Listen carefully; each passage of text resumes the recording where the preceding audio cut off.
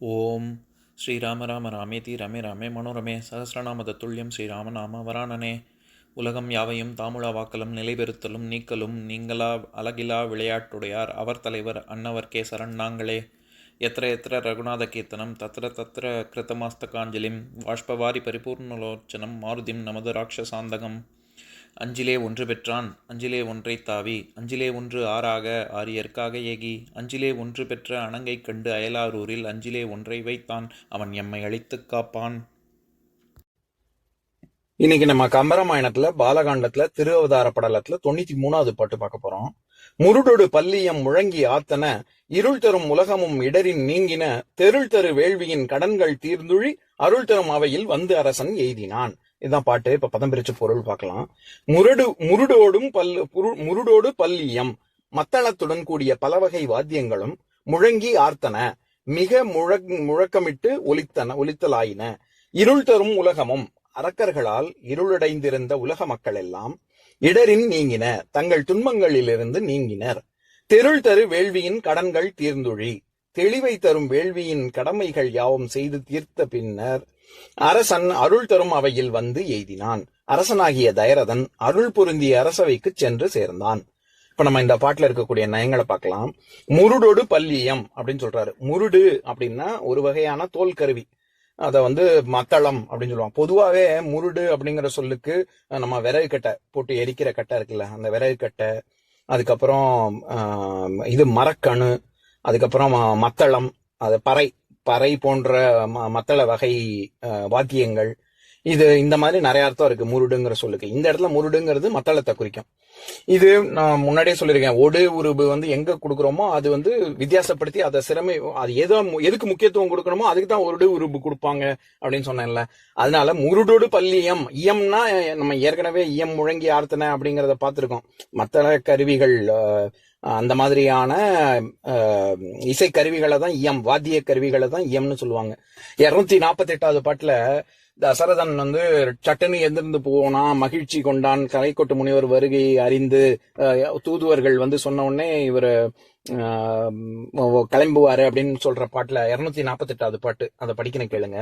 எழுந்தனன் பொறுக்கென ரதம் ஏறினன் பொழிந்தன மலர்மழை ஆசி பூத்தன பொழிந்தன பல்லியம் முரசம் ஆர்த்தன விழுந்தன தீவினை வேறினோடுமே அப்படிங்கிற பாட்டுல பொழிந்தன பல்லியம் முரசம் ஆர்த்தன முரசு கொட்டப்பட்டது, மிகுந்த ஒலி ஆர்த்தலின்னு நான் சொல்லியிருக்கேன்ல, மிகுதி ரொம்ப நல்ல சத்தம் எழுப்பக்கூடிய முரசுகள் ஒலிக்கப்பட்டன அப்படின்னு நம்ம பார்த்தோம்ல. அதே மாதிரிதான் இங்கேயும் முருடோடு பல்லியம் முழங்கி ஆர்த்தன மிகுதியாக ஒலிக்கப்பட்டன அப்படின்னு பொருள்.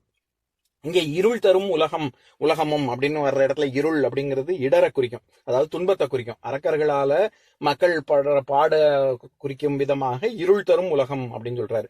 உலகம் அப்படிங்கிறது இடவாகு பெயர். ஏன்னா இந்த இடத்துல உலகத்தை குறிக்கல, உலகத்துல வசிக்கக்கூடிய மக்களை தானே உணர்த்தி நிற்குது. அதனால இது இடவாகு பெயர்.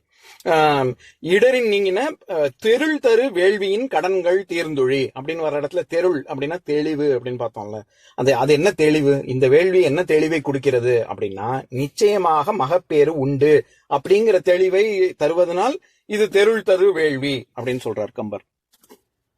தெருள் தரு வேள்வியின் கடன்கள் தீர்ந்துழி. நான் உழிங்கிற சொல்லி ஏற்கனவே நம்ம பார்த்திருக்கோம். அதாவது இடத்தையும் காலத்தையும் காமிக்கக்கூடிய பொருளை சுட்டி நிற்கிறது. அப்பேற்பட்ட சொல் தான் அந்த ஒழிங்கிறது. தீர்ந்துழி அப்படின்னா தீர்ந்த இடத்தில், தீர்ந்த காலத்தில், தீர்ந்த பொழுதில் அப்படிங்கிற பொருள் வச்சுக்கணும் நம்ம. வேள்விய தெளிவு தரும் வேள்வின்னு தெருள் தரு வேள்வின்னு சொல்றாரு. அரசவைய என்னன்னு சொல்றாரு? அருள் தரும். இதுல அருள் தரும் அவைக்கு 2 விதமா பொருள் சொல்லலாம். ஒண்ணு, அந்த அருள் மிகுந்த அறிஞர்கள் இருக்கக்கூடிய பேரவை அப்படின்னு ஒரு பொருள். இன்னொன்னு, அப்பேற்பட்ட அரசவையை நம்ம சென்று சேர்ந்தோம்னா நமக்குள்ளும் அருள் பிறக்கும், அதாவது பிற உயிர்களை ஒன்றாக பாவிக்கணும் அப்படிங்கிற ஒரு உணர்வு நமக்குள்ள பிறக்கிறதுனால அருள் தரும் அவை அப்படின்னு சொல்லலாம். இப்ப நான் பாட்டை இன்னொரு தடவை படிக்கிறேன், கேளுங்க. முருடோடு பல்லியம் முழங்கி ஆர்த்தன இருள் தரும் உலகமும் இடரின் நீங்கின தெருள் தரு வேள்வியின் கடன்கள் தீர்ந்துழி அருள் தரும் அவையில் வந்து அரசன் எய்தினான். இன்னொரு நாள் இன்னொரு பாட்டு பார்க்கலாம்.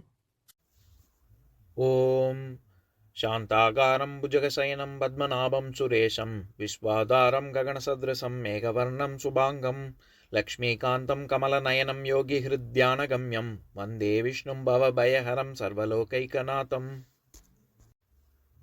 உம்பரோடு இம்பர்காரும் உலகம் ஓர் ஏழும் ஏழும் எம்பெருமான் என்று ஏத்தி இறைஞ்சி நின்று ஏவல் செய்ய தம்பியரோனும் தானும் தருமமும் தரணி காத்தான் அம்பரத்து அனந்தர் நீங்கி அயோத்தியில் வந்த வள்ளல்.